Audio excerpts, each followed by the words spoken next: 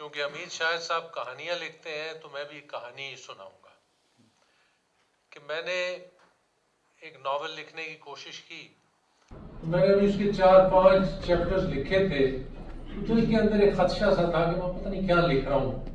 तो एक बहुत अच्छे कहानी लिखने वाले कराची से मेरे दोस्त थे, उनको मैंने भेजी तो उन्होंने मुझे फ़ोन करके कहा कि आप शकील आदिलज़ादा को मैंने भेजा। उन्होंने मुझे कहा कि आप खवास के लिए लिखना चाहते हैं या आवाम के लिए।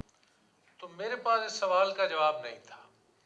मैंने कहा जी ये कहना तो मुश्किल है लेकिन मैं इसी अंदाज में लिखना चाहता हूँ। कहने लगे चलिए आप इसको मुकम्मल कीजिए। अच्छा, मुकम्मल होने के बाद अब नया नया लिखने वाला तो मैं एक और साहब के पास चला गया। उन्होंने उसको पढ़ा तो पढ़ने के बाद मुझे कहने लगे कि ये किताब अगर छपेगी तो इसको तभी पढ़ा जाएगा अगर आप एक दिबाचा लिखें जिसमें ये बताएं कि इस नॉवल का मतलब क्या है। फिर साथ ही वो उठे और अपनी लाइब्रेरी से एक किताब निकाली।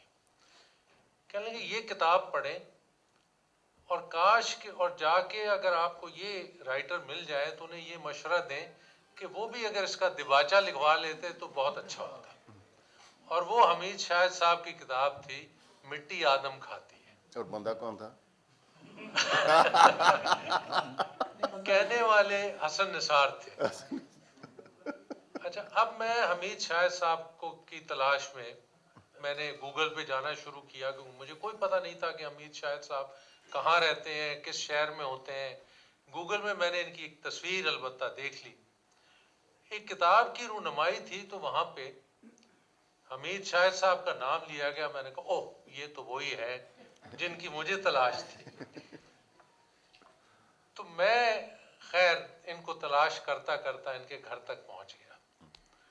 और जिस तरह पहले कहा गया है कि ये नए लोगों की बहुत हौसला अफजाई करते हैं, इन्होंने न सिर्फ मेरा मुसद्दा पढ़ा बल्कि यकीन करें 15 दिन के अंदर अंदर मुझे फ़ोन करके उसके ऊपर अपने सारे तासुरात भी मेरे सामने रखे जो इंतहाई पॉजिटिव थे।